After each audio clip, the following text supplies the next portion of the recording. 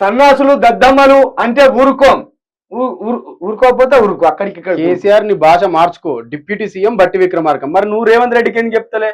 నువ్వు ఒక మాట, సన్నాసులు దద్దమ్మలు అంటేనే ఇంత కోపం వస్తే నీ డ్రైవర్లు కూడా వీకుతాం, నెత్తి మీద పేగులు మొత్తం మెడలు వేసుకుంటాం, చీరలు కట్టుకొని మీరు బస్సులలో బొర్రి అంటే ఎట్లుంటది అది? డైరెక్ట్ కేటీఆర్ ని నువ్వు చీర కట్టుకొని బస్సు ఎక్కాను. ఇక్కడ సన్నాసులు దద్దమ్మలు అనే గంపగుత్తగా ఏమన్నా అంటారో తెలియదు. బట్టి విక్రమార్క సన్యాసి, రేవంత్ రెడ్డి సన్యాసి అని అనరాయనే. ఏం చెప్తారంటే తెలివిగా పొలిటికల్ లీడర్ కదా ఆయన, అద్భుతమైన పొలిటికల్ లీడర్ కాబట్టి సన్యాసులు దద్దమ్మలు అంటే ఇప్పుడు ఊరి మీద ఎవరిని అన్నట్టో తెలియదు. కాబట్టి తువాల చెప్పు పెట్టుకొచ్చినట్టు చెప్తారు కేసీఆర్. కాబట్టి ఇక్కడ ఏమున్నది?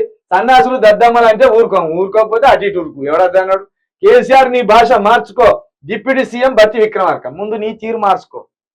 అటు ఇటు వాళ్ళు కూర్చుంటే చెక్కపీట పెట్టుకొని నువ్వు కింద కూర్చున్నావు చూడు, ఆ తీరు మార్చుకో. జర సిగ్గుపోతాను. రాష్ట్రంలో మొత్తం దిగజారిపోయిన ఏకైక ఉప ముఖ్యమంత్రి బట్టి విక్రమార్క. అసలు నిజానికి నువ్వు అంటే అందరికి గౌరవం ఉండే, ఒక మంచి స్టేట్స్ మ్యాన్ లాగా, ఒక పరిణితి చెందిన లీడర్ లాగా, ఒక కాంట్రవర్సీ లేని లీడర్ లాగా ఉంది. ఆఖరికి చెక్కల ముక్కలం వేసుకొని మాట్లాడితే మంచి రెస్పాన్స్ వచ్చేది.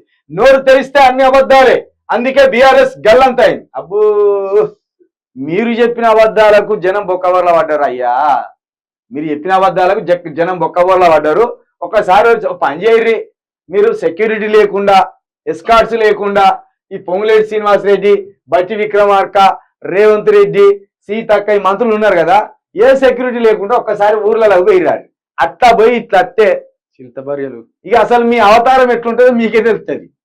మీకు ఎస్కార్ట్స్ ఉండడం వల్ల, సెక్యూరిటీ ఉండడం వల్ల, మీకు ఇప్పుడు ఈ ప్రోటోకాల్ ఉండడం వల్ల, మంత్రులనే ప్రోటోకాల్ ఉండడం వల్ల మీరు అట్లా కనబడతారు. కానీ లేకపోతే మీరు ఆయన అబద్ధాలకు, మీరు చేస్తున్న కథలకు, 5 నెలలుగా మీరు రైతులం పెడుతున్న గోసకు, నేతన్నలం పెడుతున్న గోసలకు ఇక మీరు అంగిలు తిరిగిపోతాయా, మీ రూపురేఖలే మారిపోతాయా అట్లా తెలుస్తుంది.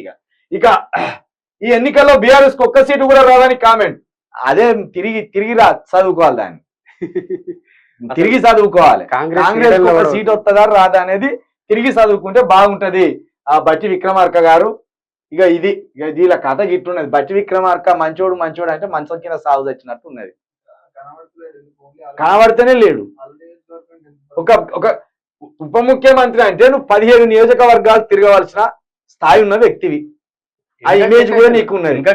కానీ ఒక ఖమ్మం సీట్కే పరిమితమైన అంటే నువ్వు ఎక్కడికి పతనం అయిపోయినావో, నీ కథ ఎక్కడికి పడిపోయిందో అర్థం చేసుకో. ఇక